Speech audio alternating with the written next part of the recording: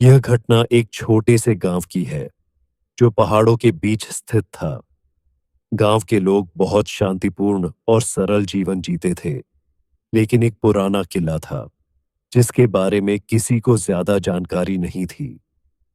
किले की दीवारें घने पेड़ों से ढकी हुई थीं और वहां जाना किसी के लिए भी आसान नहीं था। जो भी इस किले के पास जाता वह रात को वापस नहीं आता। ऐसे कई किस्से सुनने को मिलते थे, लेकिन किसी ने कभी उन कहानियों को सच नहीं माना। अजय और उसके दोस्त, जो अक्सर अपने साहसिक कारनामों के लिए जाने जाते थे, एक दिन इस किले की ओर बढ़ने का फैसला करते हैं।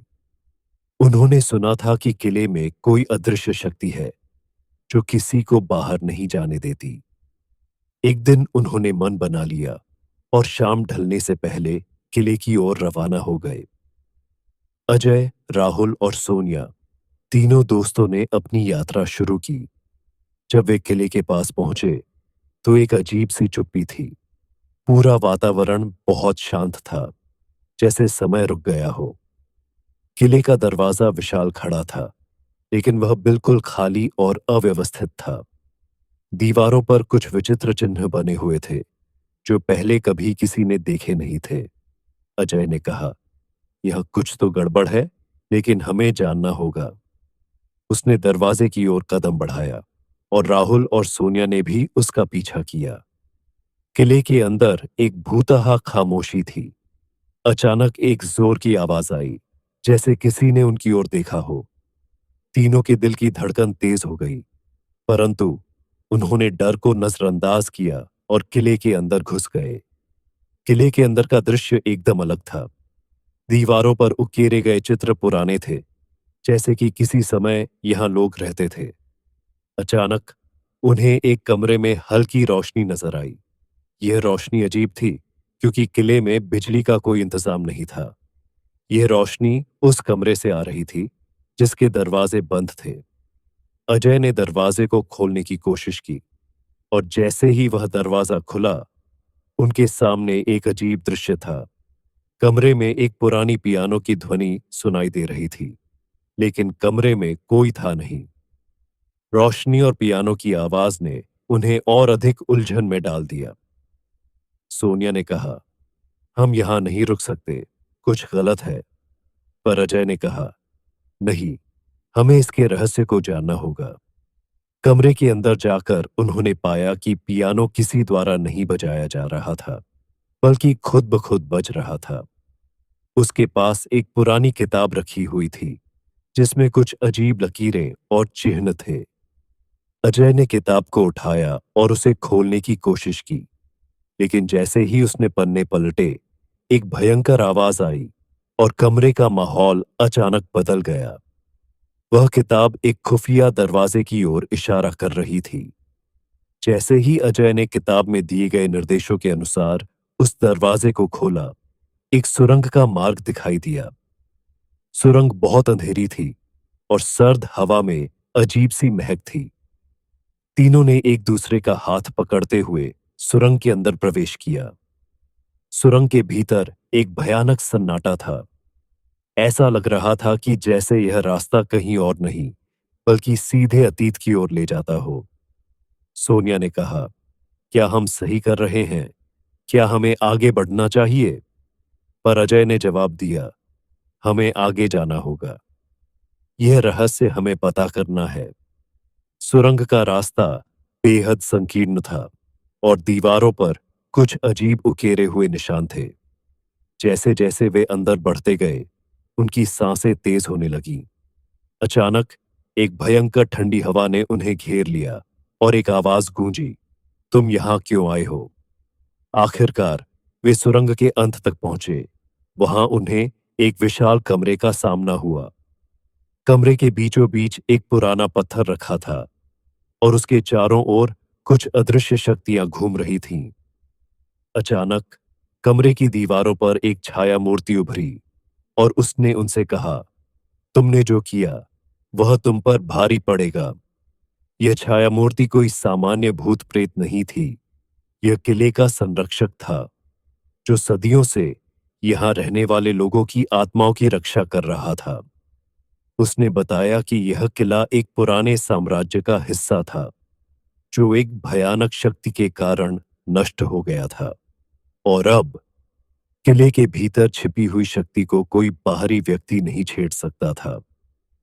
अजय ने डरते हुए पूछा, तुम कौन हो और यह किला इतना रहस्यमय क्यों है? छायामूर्ति ने गहरी आवाज में कहा, मैं इस किले का रक्षक हूं। यह पत्थर वह बिंदु है जहां से इस किले की शक्तियां संचालित होती हैं।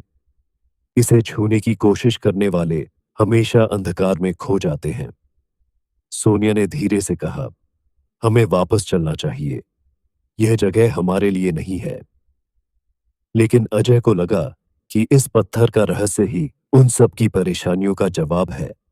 उसने पत्थर की ओर बढ़ने की कोशिश की, लेकिन तभी पूरा कमरा हिलने लगा। दीवारों से चीखती आवाजें गूंजने लगीं। राहुल ने उसे रोकते हुए कहा, हम यह सब खतरा क्यों उठा रहे हैं? हमें अब तुरंत यहां से निकलना चाहिए।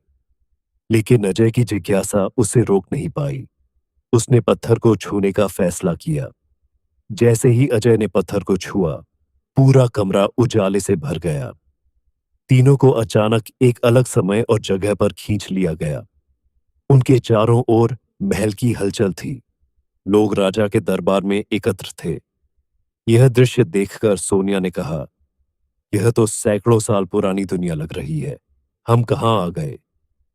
दरबार में एक राजकुमार को जादूगर के साथ बहस करते हुए देखा जा सकता था। जादूगर ने राजा को चेतावनी दी, इस पत्थर की ताकत को मत छेड़ो, यह केवल विनाश लाएगा। लेकिन राजा ने उसकी बात को अनसुना कर दिया और पत्थर को अपनी तिजोरी में बंद कर दिया। अजय, राहुल और सोनिया अब समझ गए थे कि यह पत्थर राजा के पतन का कारण बना था। यह वह ताकत थी जिसने पूरे साम्राज्य को नष्ट कर दिया था। अचानक वे तीनों फिर से किले के कमरे में वापस आ गए। अब वह छाया मूर्ति उनके सामने थी।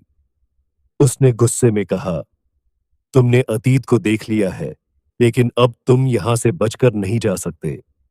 सोनिया ने साहस जुटाते हुए कहा, हम यहां तुम्हें नुकसान पहुंचाने नहीं आए हैं। हमें केवल यह जानना था कि इस किले का रहस्य क्या है। छाया मूर्ति ने उन्हें एक अंतिम चेतावनी दी, अगर तुम यहां से निकलना चाहते हो तो इस पत्थर को कभी मत छूना और इस किले को हमेशा के लिए छोड़ दो। अजय और उसके दोस्तों ने किले से बाहर निकलने की कोशिश की, लेकिन जैसे ही वे मुख्य दरवाजे के पास पहुंचे, दरवाजा अपने आप बंद हो गया। किले की हर दीवार से अजीब सी छायाएं बाहर निकलने लगीं। ऐसा लग रहा था कि पूरा किला उन्हें जकड़ने की कोशिश कर रहा है। राहुल ने घबराते हुए कहा, अब क्या करें? यह दरवाजा तो खुलने का नाम ही नहीं ले रहा। अजय ने सोचा और कहा, हमें किताब को फिर से खोलना होगा। शायद उसमें इस स्थिति से बाहर निकलने का कोई रास्ता हो। अजय ने उस पुरानी किताब को उठाया और उसे पलटना शुरू किया। किताब के अंत में एक मंत्र लिखा हुआ था, जिसे जोर से बोलने पर छायाओं को नियंत्रित किया जा सकता था। अजय ने साहस करके वह मंत्र पढ़ा। जैसे ही उसने अंतिम शब्द बोला, पूरे किले में रोशनी फैल गई और दरवाजा खुल गया। वे तीनों तेजी से किले से बाहर भागे। बाहर निकलते ही उन्होंने देखा कि किला धीरे धीरे गायब हो रहा था, जैसे वह किसी और ही दुनिया में समा रहा हो। सोनिया ने राहत की सांस लेते हुए कहा, यह सब एक बुरे सपने जैसा था। लेकिन अजय अब भी कुछ सोच रहा था। उसने कहा, क्या हमें सच में यकीन है कि यह खत्म हो गया है? किले से बाहर निकलने के बाद अजय, सोनिया और राहुल अपने अपने घर लौट आए, लेकिन सब कुछ सामान्य नहीं था। अजय ने अपने हाथ पर अजीब सा निशान देखा। यह वही चिन्ह था जो उन्होंने किले की दीवारों पर देखा था। सोनिया ने अगली सुबह अजय को फोन किया और कहा, अजय, क्या तुम्हारे साथ भी कुछ अजीब हो रहा है? मुझे ऐसा लगता है जैसे कोई हर वक्त मुझे देख रहा हो। राहुल ने भी बताया कि उसे रात को किले की छाया मूर्ति के सपने आ रहे हैं। अजय ने कहा, हमें इस बारे में और जानकारी इकट्ठा करनी होगी। शायद गांव के बुजुर्ग कुछ जानते हों। गांव के सबसे बुजुर्ग पंडित जी को इस किले की कहानी पता थी। अजय और उसके दोस्तों ने उनके पास जाकर अपनी बात रखी। पंडित जी ने गहरी सांस लेते हुए कहा, तुमने बहुत बड़ी गलती कर दी है।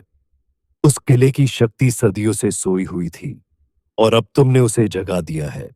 सोनिया ने पूछा, लेकिन अब हमें क्या करना होगा? क्या कोई तरीका है इसे ठीक करने का?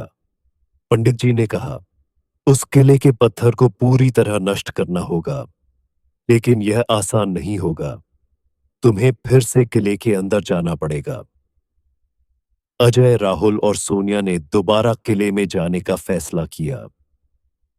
उन्होंने अपने साथ कुछ जरूरी सामान रखा, टॉर्च, रस्सी और पंडित जी द्वारा दिया गया एक मंत्र जो उन्हें किले की बुरी शक्तियों से बचा सकता था।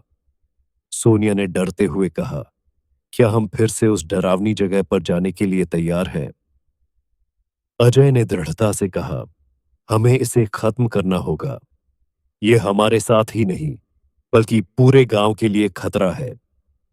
रात के अंधेरे में वे तीनों किले के पास पहुंचे, लेकिन इस बार किला और भी डरावना लग रहा था। जैसे ही उन्होंने दरवाजे को धक्का दिया, यह अपने आप खुल गया। अंदर का माहौल भयानक था।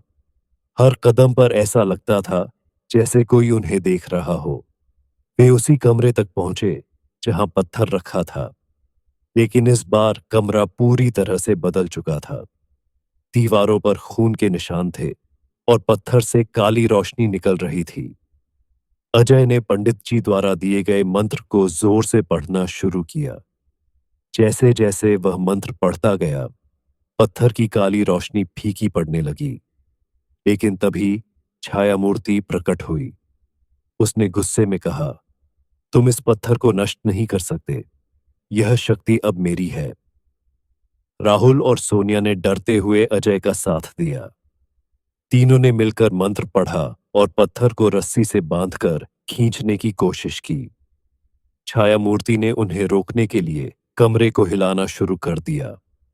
छत से पत्थर गिरने लगे और एक तेज भूकंप जैसा महसूस होने लगा। सोनिया ने चिल्लाकर कहा, हमें जल्दी करनी होगी, वरना हम यहीं दब जाएंगे। अजय ने पत्थर को नष्ट करने के लिए अपने पास रखे हथौड़े से उस पर वार किया। जैसे ही पत्थर टूटने लगा, छाया मूर्ति जोर से चिल्लाई और गायब हो गई। पत्थर टूटते ही किला हिलने लगा। ऐसा लग रहा था जैसे पूरा किला अब गिरने वाला हो। अजय, सोनिया और राहुल तेजी से बाहर भागे। जैसे ही वे बाहर निकले, उन्होंने देखा कि किला धीरे धीरे धरती में समा रहा है। किले के नष्ट होते ही गांव में एक अजीब सी शांति छा गई। पंडित जी ने कहा, तुमने जो किया वह बहुत साहसिक था, लेकिन अब किले का यह रहस्य हमेशा के लिए खत्म हो गया है। अजय ने राहत की सांस लेते हुए कहा, यह सब बहुत कठिन था, लेकिन अब सब ठीक है। सोनिया और राहुल ने कहा कि अब वे इस गांव से दूर जाकर नई जिंदगी शुरू करना चाहते हैं। अजय ने भी इस घटना को अपने पीछे छोड़ने का फैसला किया। कुछ महीनों बाद एक अजनबी ने गांव में प्रवेश किया। उसने गांव के पुराने किले के बारे में पूछा। जब किसी ने उसे बताया कि किला अब नष्ट हो चुका है, तो वह रहस्यमय ढंग से मुस्कुराया।